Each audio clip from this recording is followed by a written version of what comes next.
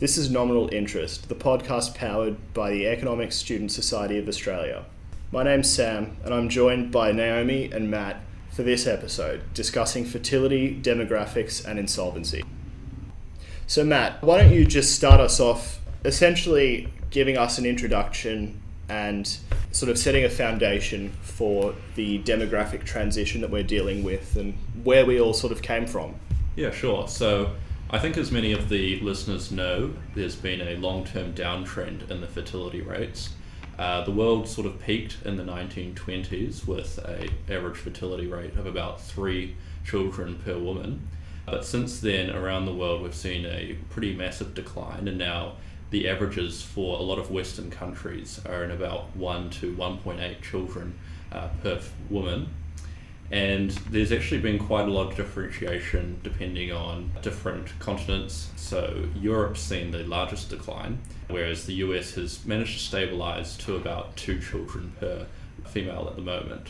So it really depends on where you live, but overall it's pretty obvious that if the replacement rate for the population is 2 children per female, then we're trending below that, and it could cause a lot of different economic implications over the next 50 years or so.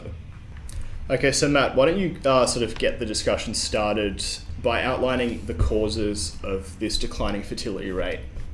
Yeah, so I mean, there are a lot of different potential causes to the declining fertility rate. One that I think people might not expect as much is that pension payments have actually been increasing quite a lot over the past few decades, and that's actually had a high correlation to a decrease in the fertility rates. Now, the basis of this argument comes from a study by the University of Minneapolis, where the researchers found that one of the motivating factors for people to have children in the first place was so that those children could support them later on in life. And as pension payments have become higher, and various other different schemes have made the cost of retirement less of a burden on the elderly, we've seen that subsequently the fertility rates have also decreased. So I think people aren't finding as much of an economic incentive to have as many children these days, and thus it's not as necessary for them to have those children in the first place. But I'll open up to the panel and sort of get people's opinions. Do you think that there is a strong correlation between higher pension payments and lower fertility, or do you think that's something that perhaps is just statistically there but not actually the main cause of the issue?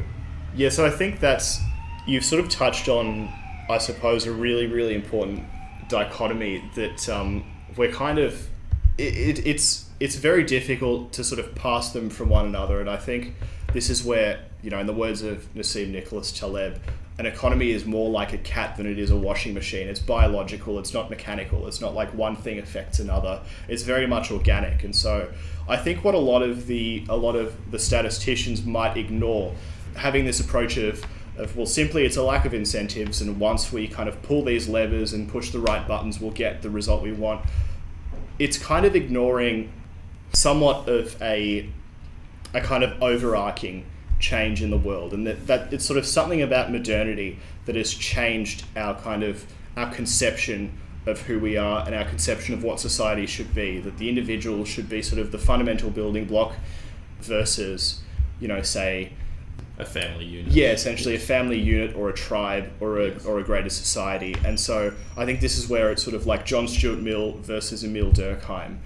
So in essence, a key factor that would sort of satisfy the biological side of this is that, in biological terms, in evolutionary terms, we've shifted from an R-type to a K-type reproductive function, where, if you think of R-type as anything from rats to bacteria, anything where there's low investment in offspring, but a large number of offspring, we've shifted to the other way. We've gone past the stage of the blue whale, for example, and now we own, most of us will rarely have any more than, say, 4 children, but we invest very heavily in them. And so, the rising costs of children, the rising investment have had a depressing effect on fertility. And I suppose, in a sense, this is the biological iteration of a sort of a change in our philosophy. Yes, and I think to your point, when we say we've got high investment in our children these days, I've read a study recently that says that it costs approximately $400,000 to bring up a child in Australia up until the age of 21, and I see no reason why those costs won't keep increasing. Quite interestingly, from that study, it was found that transportation costs were actually the highest cost involved in having a child. So, even though tram fares, buses, carting around the kids might not seem like a huge factor, at the end of the day, it cumulatively becomes the largest consideration. Of course, other main things, the extremely high cost of education. I think particularly the private schooling system in Australia is quite prohibitively expensive for a lot of people. But then, of course, there's also food and utilities and everything else that goes into raising a child. And so when it comes to modern society and when it comes to all of these different incentives, we've really done a whole 180 from the Middle Ages, where you'd find that you'd want as many kids as possible to work the farm and to help you in your elderly age, whereas nowadays the economic incentive is completely flipped, where it will cost you probably more than you'll gain back. So there's not enough incentive, and the question then becomes, how are we going to plug those holes that have become present in our demographic trends? How are we going to make up for the fact that birth rates simply aren't high enough? And the most obvious way, of course, is immigration. But perhaps I'll open it up to the panel again and get their opinions on the incentive schemes, and then also, how much will immigration play into fixing all of these different demographic problems. Yeah, that's really interesting what you were saying, Matt, particularly about the rising costs of how much it takes to raise a child. And just to take it away a bit from like the Australian context or the US and the UK context, if we look at China, for example, we actually have interesting cases of where rural parents, right, they'll go into the city to work in order to support the higher costs of education for their children. So they're not even raising their children. They leave their children in the country, they go to the city and send back money payments. And technically the education is free in some of those areas, but it's the costs of like extra things like books and everything on top of that, which is just enormously high.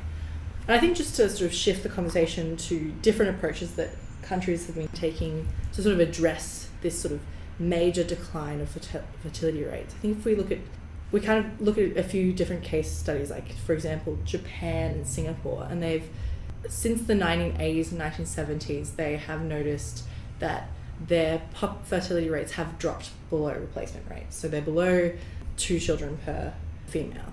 And they're sort of at levels of like, I think Singapore in the 1990s was at 1.2 children per female, and Japan, I think it reached its lowest point of like 1.16 children per female. So Japan has been trying to address these problems since I think 1989, and they've tried a number of different policies, but they just don't seem to be effective. And I'm not sure whether this is because there isn't the political motivation behind these policies. So Japan seems to me an issue of a lack of financing for these policies. So while they've been innovating new policies such as like developing maternal and child health facilities and making daycare centres more accessible and increasing maternity and paternity leave, there's just not enough finance behind these incentives. So while they're spending 4% of their social security on family related payments, they're still spending over 50% of their payments on the elderly. So even though there's this recognition of this need to address these problems, it's like there's not the political motivation in the finance Yeah, well, I think it's a massive shift, because governments now have to start looking at all these problems that frankly they never had to spend on before. And having a child is probably one of the most important decisions that a person makes in their lives. And so it's very difficult for government to come in there and say, look, we're going to tweak a few policies, maybe you'll get a couple more weeks of maternity leave, and expect that to have a substantial effect on the population. So at the end of the day, we need to find ways that will incentivize people, but I also feel like it's going to require a cultural change where we do decide, actually, we have to keep our economy fairly strong, we have to look for the long term, And at the moment, as Sam was saying before, because we look at things from an individual perspective and not so much of a family or a tribe, it's going to be hard to change those attitudes. One other example I would give, where policy perhaps hasn't had the effect that the government wanted, was, of course, in China they had the one-child policy for a number of decades, and they've been reversing that recently. But they've found that because they've had a whole generation that's been much, much smaller than the previous generations, that generation, which is now at the age of having children of their own, does not have the cultural incentive to do it at all, because they were all raised as single children, and now they're being expected to have multiple children, and they don't know how to deal with that type of expectation and with that new type of environment. So again, it's a very delicate process for any government to try to enforce change in this circumstance, but yeah. I think the places where we've seen it happen, it hasn't worked out as nearly as well as they would have liked to. Yeah, I'd say you definitely touch on a really important point, Matt, in that the way I would sort of frame that, the way I can kind of conceptualize it, is that it's almost like a limb was broken and then a cast was placed around it. And now we've removed the cast, but of course the limb has kind of fused in a different way. And I think very much this might not necessarily be the norm in rural China, but in the growing China, in the urban China, in the areas that are really driving growth, what we're really seeing is that norms around having 1 or 2 children are now the norms. Yes. And so we've seen this kind of recreation of, I suppose, fertility culture around that. And so the assumption then is that, I mean, first of all, the amount of money that that the new Chinese middle class spends on their children is almost approaching Western standards. What we're seeing is that, just as the new Chinese upper class and the new Chinese middle class aspire to be Westerners in many cases, they actually also aspire to have Western style families. And so, a lot of the sort of Confucian influences have kind of been shed, and I think that's where the Communist Party in China is a little concerned, because they've sort of got this double whammy. They're sort of worried about falling growth and about the risks to the economy, but then at the same time they're thinking, well, how do we preserve our culture, and how do we sort of mesh the two, the cultural and the economic goals together? And I think this is a really trying time for China. And back to your point, Naomi, about Japan, I would say that this is certainly it's a point in which I've followed particularly Japan's attitude, and all throughout the 80s. There was this assumption that Japan would be the new emerging power and that this was their big decade. And then what occurred after that, once the growth in the labour force slowed down, and all of a sudden you had this big aging population coming of age in that final stage of life in sort of the early 80s, you had essentially what they called a decade of stagnation. And of course now we're sort of on year 27, 28 of stagnation, and sort of that lost decade, as they called it. It's really gone on for a lot longer. You've seen sort of interest rates fall. There's no inflationary pressure. There's no new growth sort of driving prices up. And I guess that could be concerning. And of course, any economist can say, well, hey, as long as per capita GDP stays stable, we're fine. We can have a shrinking economy, but as long as people are better off, that's fine. But then I think, well, hang on a second, Japan's borrowing at a shocking rate. I mean, if they had to borrow at Southern European level yields, they'd go bankrupt almost immediately. So does this new level of debt mean that the rest of the Western world, just like Australia, is only as stable as the next boom? What happens when there's a recession? All of a sudden we have to pay that debt. Well, I think you bring up a good point in that there's just almost infinite amounts of different economic implications with these demographic trends. And Japan used to be a powerhouse back in the day, but as the demographics have become less favourable for it, it's largely just stagnated. So the question then is, do countries that have much more favourable demographics take advantage of their current trends. So, people talk about Nigeria a lot.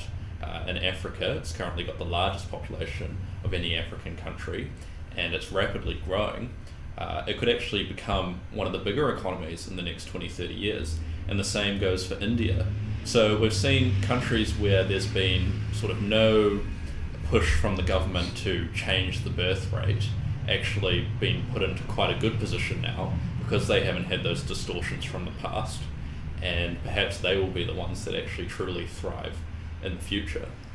Well, that's why China initially was such a strong powerhouse nation, because their greatest resource is their working population, and that's why they were able to, become one of the strongest economies in the world. And so that's why it's a particular concern for China when they see that they're, potentially going to lose that massive working population, instead have a massive elderly population which they're unable to support. And also the fact, the thing that makes China so dynamic might not necessarily be their growth, but it's actually their growth rate. The fact that every year China gets better and better, but of course, that's tapering over now. That's starting to slow down. I think the sort of the case studies of Nigeria and India are quite important in that, they haven't, essentially what's happened is the birth rate has stayed more or less stable, but the death rate has fallen as living standards have increased. Now, I'm very skeptical of that because I've read a whole lot of studies recently that have shown, particularly in sort of northern provincial India, that access to internet and access to television cables significantly depresses the birth rate. And so what I'm essentially gathering is that, these countries rapidly grow. They've got these these large populations that are only growing at a faster rate. But of course, once that population growth and once that real GDP growth allows for greater living standards, what happens then to birth rate? Then, of course, a slowdown is fairly natural. And that sort of makes me wonder, well, is it entirely incentive, or is it simply that, once you progress to a certain standard, do you then sort of take on the ideals of modernity? Do you then sort of, the whole idea of calculating the cost of a child would never occur to someone from Nigeria, but that's something that we in the West might do. But the question is, in 20, 25 years, who's to say that Nigerians of that day will be like Nigerians of today?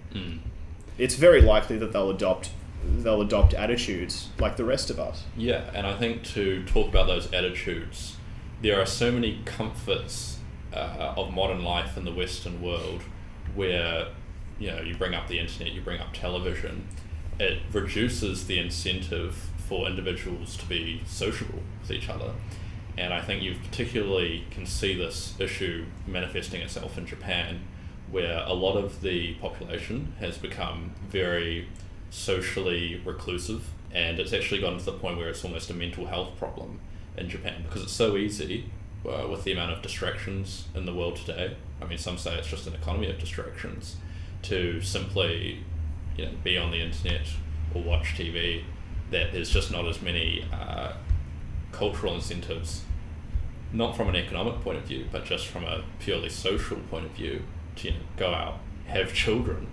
There could be a lot of different problems in terms of just modern society not being conducive to large families at all.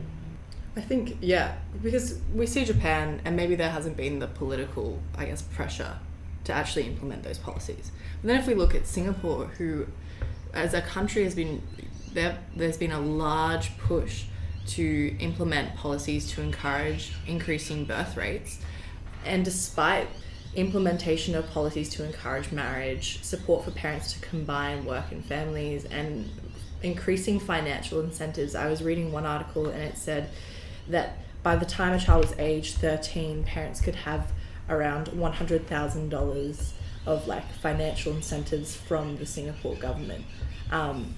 Despite this, they've only been able to push their birth rate up to 1.6 per children per woman, and that's not above replacement rate, and that's not sufficient to ensure that they don't have an aging population that is, for want of a better word, a burden on their economy. Yeah, I think Singapore is a really important example, but I think the difficulty with looking at Singapore is that, you know, applying that sort of economic model to the rest of the world, you know, as limited in its success as it is, you know, that small level of success still might not translate to the rest of the world, because Singapore is just such an individual and unique case study.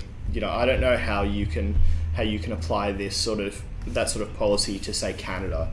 I don't know how you could apply that to perhaps, you know, Germany. And, you know, clearly Singapore is an outlier in the amount of money that they spend on increasing their fertility rate. I think that, you know, if say hypothetically that it did work in Singapore, does that mean that we can apply it to Australia? Certainly not. I mean, the burden on our government balance sheet essentially would be shocking. But then the question is, well, what's the alternative? Is the alternative, you know, falling tax revenues? Is the alternative, you know, secular stagnation? Do we have a lot of capital drawdowns where essentially, you know, lots of old people that are retiring cash out their super funds, cash out their pension funds, cash out their 401ks, take that out of the share market, take that out of the real estate market? What happens to these big, you know, asset classes in Australia? Do we, you know, is the alternative to not essentially giving people of childbearing age what they want, giving them what, you know, the incentives that will make them have children? So I think that's a good segue into probably a more Australian-focused discussion on some of the financial implications for elderly people. And I guess the main question that's probably on everyone's minds is, how will we be able to fund all of these old people? You know, we've got all the baby boomers that are coming up to retirement age or are already there, and simply paying out the same pension rates that we've always been doing is going to become an overwhelming burden for the government. So we've seen a few different tactics in that regard in terms of, you know, raising of retirement age, and then also more restrictive asset requirements to receive the aged pension. But even if you have those sorts of changes, and then also the superannuation scheme, is it going to be enough at the end of the day? I would argue that we're probably going to see no aged pension eventually, especially for people of our generation, and they'll probably try to switch the foundations of retirement living from the pension scheme to the superannuation scheme. Although the interesting thing on that point is that at the moment, the average amount that people have in their superannuation fund when they retire is only about $80,000 to $100,000, which is not enough on its own to live off. And there's also the problem of people underestimating the cost of retirement.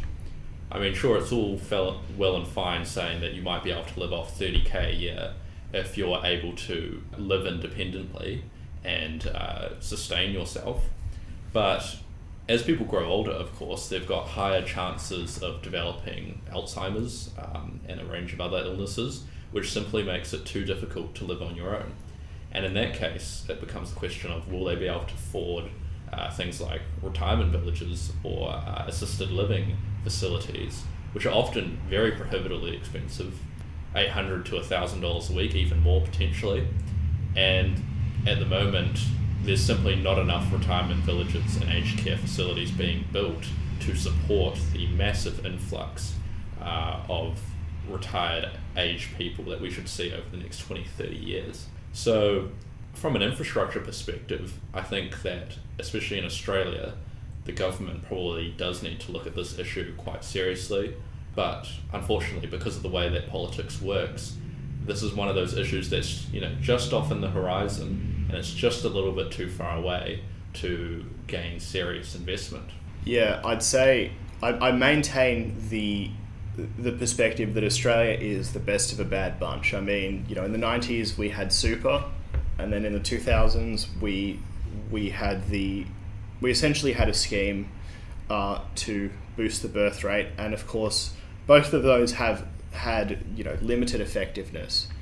But yeah, I think you're very much correct in the fact that, you know, it's going to be very difficult for us to sort of weave our way around this fundamental structural change. I mean, you know, in the US, There was concern about pensions. There was concern about, social security endowments and whether it would be enough. And of course, then there was social security reform in the mid-90s. But that at that time, still the boomers were thoroughly in the workforce. Almost all of them were working. There wasn't the concern of them retiring and shifting over into the next phase of life. That would have been the perfect time to do it. And of course, across the West, we swept it under the rug, in essence.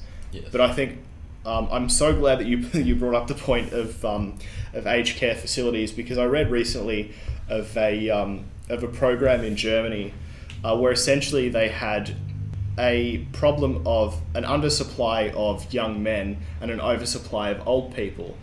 And so what they did was a whole lot of sex workers were out of work, and they made the effort to retrain them as nurses and aged care professionals, because essentially, one market shrunk and the other one grew. And that the market that grew was the market for taking care of old people. And it's a goofy point, but I suppose, we're going to see a whole lot of these sort of wacky and wonderful cases and case studies, I suppose, yes. As the world gets a bit weirder, as we're sort of living in a world full of old people, yes. Where bond yields are at record lows and everyone's over leveraged with ridiculous amounts of debt. And the assumption is that, we'll just grow the Fed balance sheet and don't worry about it. Put it on the government card, and I suppose see what happens. Yeah, well, you bring up a good point in regards to America. They've been running massive deficits, and it's the same, across a lot of the Western nations. And I guess the long-term question is, when are we ever going to get round to paying back this debt? If there's simply not the population growth to sustain GDP increases, then we won't have this windfall of cash that I think a lot of governments are hoping for to really get us out of these massive debts that some of the countries have built. I think another related issue is, you brought up China before and their need for growth.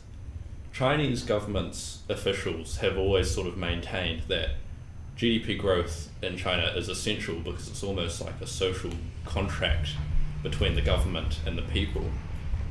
If the Chinese government cannot maintain large rates of growth, the question is, will the general population continue to support the Chinese government? And we could see a long-term shift from, a communist regime that managed to stay in power for a very long time off the back of a fairly successful economy, to one that starts to stagnate, and then potentially there is also civil unrest. So very interesting. There's a lot of different long-term effects and frankly distortions all over the economy due to this change in demographics. I think though, when you're looking at it from a wide perspective, one of the reasons why fertility rates fell was there was an idea that's more common in the 60s to the 90s, where we thought we were going to run out of resources. The population would simply become too large and millions of people would die because we would not be able to feed them all. Population Bomb, 1968, I believe. That book still has an effect now, even Precisely. as it's been debunked. Precisely. So we had decades of people thinking, oh no, I'm actually doing the responsible thing by only having 1 or 2 children.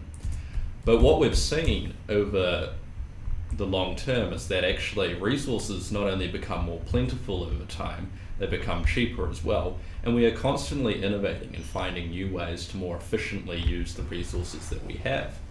So it's quite the tragedy, because although fertility rates might have fell for good moral reasons, at least in the opinions of the people at the time, the long-term effect has actually been quite disastrous. So we'll see, I guess, in the next 100 years or so, whether or not there are any real resource problems in the world, but it looks like the sheer amount of resources will never be a problem. Even if the population goes up to 10 billion, it's probably not going to be a massive a burden on the economies of the world. I think it's interesting that you bring up the idea of, I guess, climate change and the sort of the scare of the 1970s and the fear that, we would, I guess, overdo ourselves and we'd have too much of a large population and we wouldn't be able to provide for them.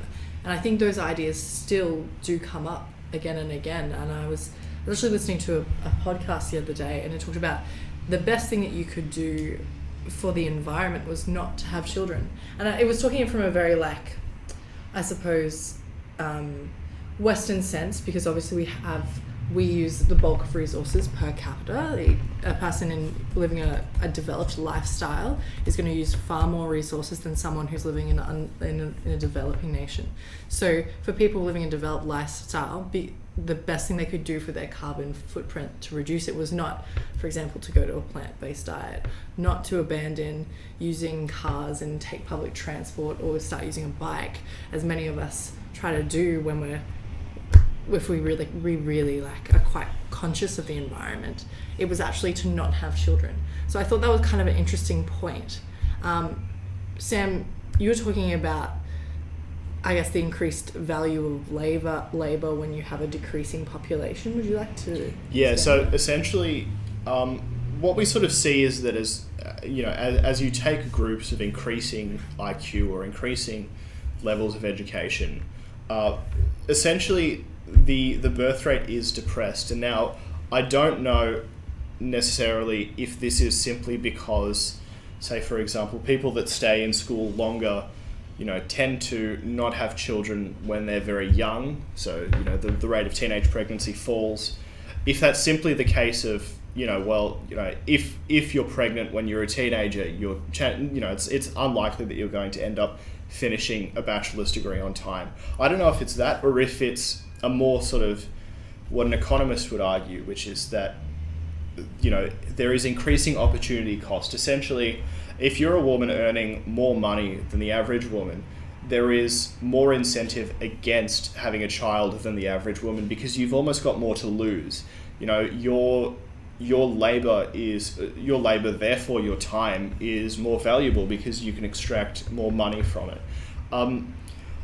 And I think this is sort of a trademark of, I suppose that neoliberal perspective is sort of the other side of the coin to the environmentalist perspective. And I think Naomi, you sort of touched on it, but I managed to dig up an acronym for this. It's weird. It's Western, educated, industrialized, rich, and democratic, and it sort of encompasses everything that we've kind of discussed. It's sort of this sort of overarching description of essentially the growing attitude. Now, the question is, this is happening in Western nations where you've got a high degree of workplace participation among women. But then that doesn't necessarily explain the fall in the birth rate in, say, Iran. It doesn't really explain the fall in the birth rate in, Yemen or in Pakistan. It is falling, yes. Now the question is, is that reduction in fertility rate, or that reduction in the birth rate, is it different in kind from the Western reduction, or is it just a matter of degree? Is it just that their sort of change has occurred at a different time, or is there something else that we have that they might be missing? Is there another sort of, I suppose, ingredient to the recipe that, say in 20 or 30 years, the rest of the developing world is going to sort of take aboard the way China might have? I think that's the problem that a lot of statisticians have had when they look at this issue, because of course when you're trying to conduct any study, you're looking for what the control variables are, but because of the massive amounts of differences between different countries and different cultures and different environments, it's very hard to tell what we can control for and what is just simply different in many different parts of the world. I think going back to the climate change issue though, there's sort of two parallel discussions going on here. There's one to do with the amount of resources we have, and then there's one to do with how do we use those resources. Now, we may have a lot of resources, but if we continually churn through them, of course that's going to lead to climate change issues, and of course that's going to lead to massive displacement of the population.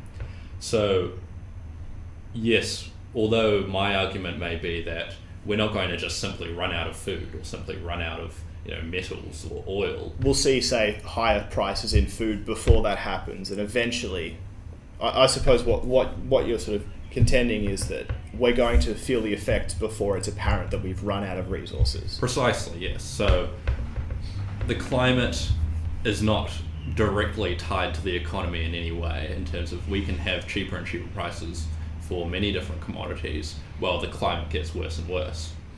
And then I guess the question is, with these long-term climate change issues, will that again have another big impact on these demographics, and will it mostly impact the countries where they actually do have quite high fertility rates, such as African countries, such as India, where they're potentially more susceptible to feel the real harsh effects of climate change?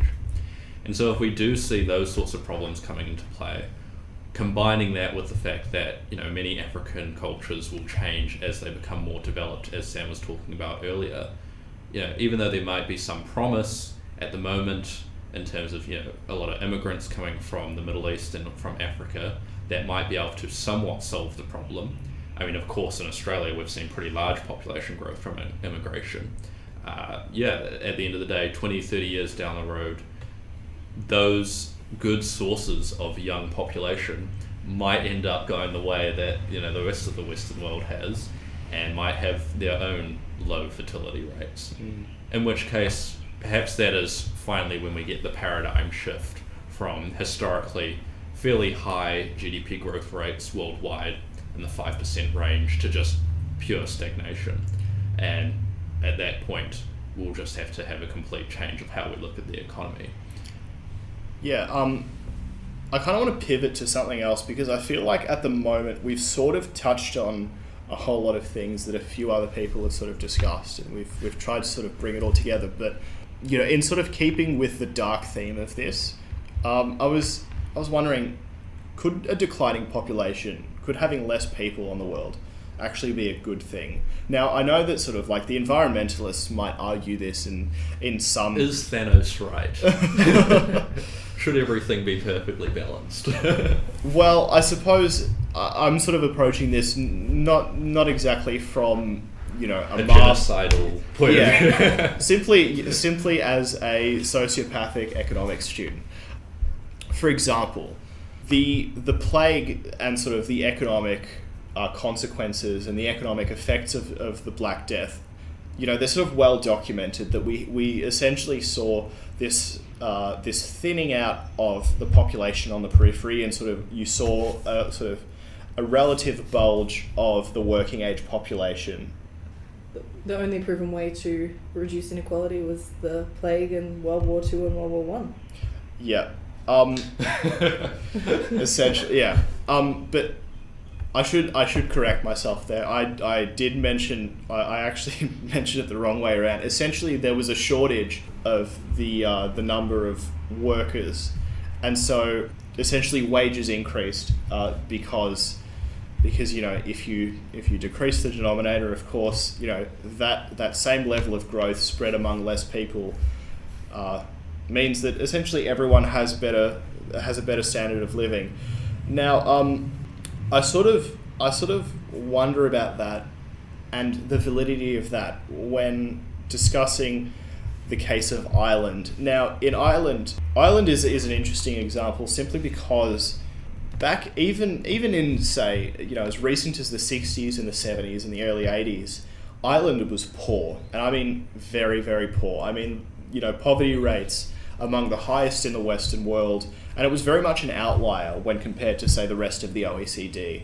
And then what changed essentially was, of course, a revamping of the system, a great deal of reforms, opening up trade.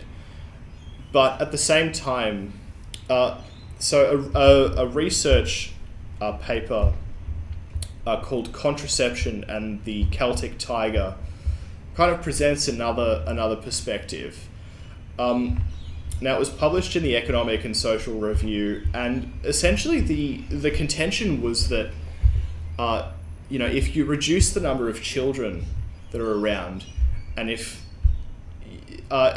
you hold the number of elderly constant, you see this big bulge in the working age population, and actually that is what is what drives growth. So it's sort of against it runs against this idea of what occurred during the plague, where, you know, on one hand we've got this massive deficit of workers driving up wages, and on the other side in Ireland you've got this massive surplus of workers, but that didn't necessarily drive down wages. It just sort of drove up growth. It drove up productivity because so many people in the economy were working. It sort of thinned down the Irish economy to sort of this lean, mean, sort of poverty-fighting machine. Now, the question is, I don't know which one of those is correct. I tend to believe that the plague is sort of an example that might be a little removed from our kind of modern world. I think there are limitations in the validity of that case study.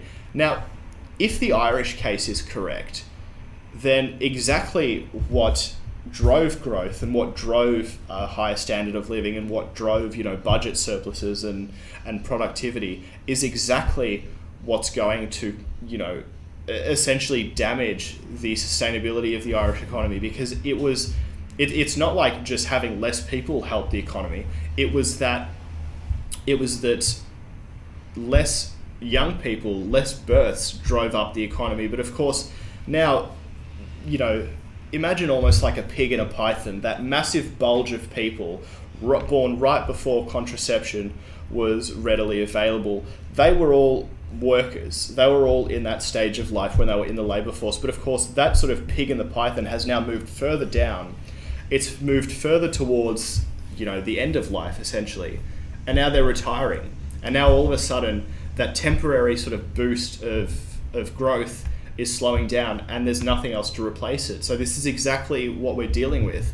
It seems that sort of the data suggests that everything that helped the Western world in the latter half of the 20th century is going to equally hurt it moving down the pipeline. Yes, I definitely think that probably will be the case. When you look at how economists project GDP, population is a huge part of that. So, you know, you might say you've got terminal GDP growth in a country of 2.5%. Usually that literally just reflects the fact that they believe there'll be 2.5% higher population in that year. So I think there's a huge correlation between the two. And if there were to be a big thinning out of the herd, so to speak, it probably wouldn't lead to many economic benefits, even though Thanos or many different villains in many different films would like us to think so. I think it's really interesting. This, I guess, an overarching thing that I've sort of noticed throughout this whole discussion of declining fertility rates is this idea that governments keep trying to control, you know, fertility rates and keep failing every single time. And for example, with China's one-child policy, I guess the sort of mastermind of the policy was this, this intellectual called Mei Yichu, and I hope I pronounced that right. But essentially, they kind of looked at fertility as a tap that you could switch on and off, right? And if you had the right policies which prevented fertility, you could switch increasing fertility rates off, and then sometime in the future you could also switch them on again. But that's the whole problem with the one-child policy, is that now that even when they're trying to lift, you know, sanctions on having more than one child, they're having this massive issue. So it's almost like we keep trying to implement these different policies, and they continue to have unintended consequences that we can't take away. And I'm not really sure what the solution to these unintended consequences are. What do you guys think about that? Well, I think, to your point, it's sort of when governments try to apply a cold calculus view of the world to something that, again, is a very personal choice, and it's just something that you can't expect to have full control of. And, you know, with the one-child policy, not only did it cause a big demographic shift, but also there's simply just too many males in China now compared to females. And at the end of the day, females are the childbearing part of the race. So it's hugely interesting. I think that there's no great solution to any of these problems. We've somewhat dug ourselves a hole over the last 50 or so years, and it will probably just take a lot of time. And hopefully a few things will have to go our way in terms of, these countries that do still have high fertility rates maintaining that, and infant mortality will hopefully continue to decline.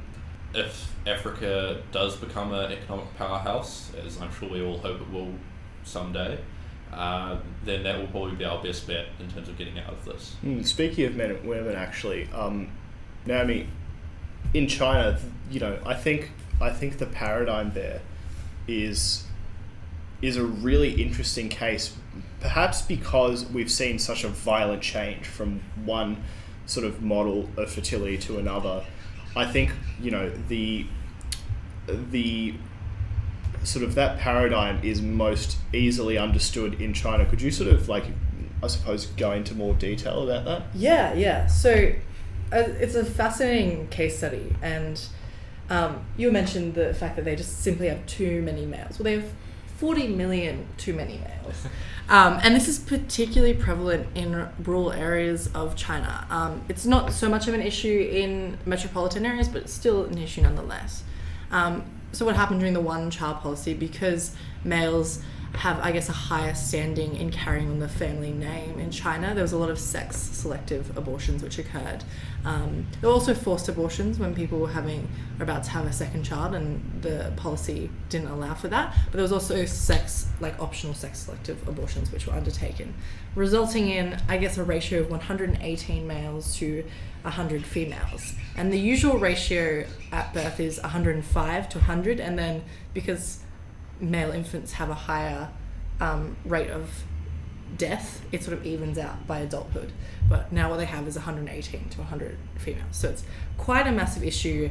And you actually have whole communities in China, in rural areas, which there's just towns of men in their late 20s, early 30s who have no chance of getting married and no chance of carrying on their family name. And it's even gone to a point where their parents will save up for their entire lives and essentially offer a dowry to potential women. And it's quite, I guess we talk about economics from a very, macro level at a time, and we talk about the negative effects of the economy. When we look at this case from a very individualized, standpoint, the consequence of this is sometimes families will offer a dowry, and then there's been cases of brides just running away with that money and these people being left with essentially nothing. So it's really, really quite a shocking, and I guess another interesting case that we see of unintended consequences of policy on fertility rates. And I think to add to your point, if it does become this dynamic where brides want as much money or as large of an apartment as possible, anecdotally I've heard that in China it's quite common for the woman to ask, how many square meters is your apartment, or something as basic as that, then people will sacrifice a lot of their early life to become, successful in their career, to become high earners. I suppose there is a new number one measurement in the dating world. Yeah, exactly. And so because they're pursuing that goal of, more wealth to impress a woman to have as your wife and then have children or whatever, because they're pursuing that goal, they have to forget about starting a family until much, much later on in their lives. And so, yeah, I totally agree with your point when it comes to, all of these different cultural consequences that frankly are not helping the problem. And the question is, how do we solve them? And it's probably just going to take a lot of time and somewhat of a return to norm when it comes to that whole ratio of males to females, especially in China. I definitely think when you're approaching any policy on fertility rates, it needs to be very well considered, because as we can see, there's a lot of unintended consequences which can result down the road from policies that you don't expect. Because the one-child policy initially was really looked upon as a very successful policy that actually, the reason it was implemented was they were essentially fearful that their GDP, while their GDP was growing, their GDP per capita was not growing. And then that would result in increasing poverty in China. And for a long time, the one-child policy has been looked upon as a policy which has taken many people out of poverty, but now there's sort of this growing realization that while it may have helped bring people out of poverty, it now may also result in economic decline in China. Definitely. And I think another example, bringing it back to the Australian perspective, was the $1,000 baby bonus that we implemented. And although there weren't as many unintended consequences from that bonus, there was quite an interesting phenomenon where people would actually delay the birth of their child in order to receive that bonus. And the day that it was rolled out, there was like a massive increase. I don't have the exact numbers on me, but there was a massive increase in the births on that one particular day. There were studies done after that to determine whether or not that had harmed the babies in any way by, keeping them in labour for longer. Quite fortunately, there was found to be no negative consequences. Wait, so you're saying that the delay wasn't in the conception, they literally wanted to delay? No, not in the conception. They were literally in the hospital and they were like, no, keep me in labour for longer so that I can get this bonus. And so you've got all these people that were born on midnight. It was also just to like get this $1,000 bonus. There was also cases of increased, like people pushing their planned C-sections back a week or forward a week, so that they would come under the new baby bonus, or inducing labour later, that sort of thing. So it was like lots of little things that people did. It's fascinating. So even something as innocent as merely offering a $1,000 bonus to having a baby can still have quite drastic effects on the population. I'd be interested to see if there was sort of like a temporary depression in the birth rate in between the time in which the policy was announced and when it was actually rolled out, where you had a bunch of couples just saying, all right, let's just wait, let's just hold tight for a sec, wait until this thing rolls out and then we'll have a kid. So it's interesting that I never realised that they were literally delaying births. Yeah. That's a little concerning, I think. I can't imagine that, being in labour and being like, let's no. wait. But don't worry. They did a study, they tracked all of these kids throughout their childhood. There was no problems at the end of the day. But Well, they would have to control for the fact that their parents were at least somewhat economically or politically aware, and they sort of, I don't know, maybe if you've got a parent. Well, how far would you go for $1,000? That's the question. That's a difficult question that I probably would answer off a mic. Yeah. I think on that note, we're going to have to close this. This was Nominal Interest, powered by the Economic Student Society of Australia, recorded from Parkville, Melbourne, Australia. Thanks for listening.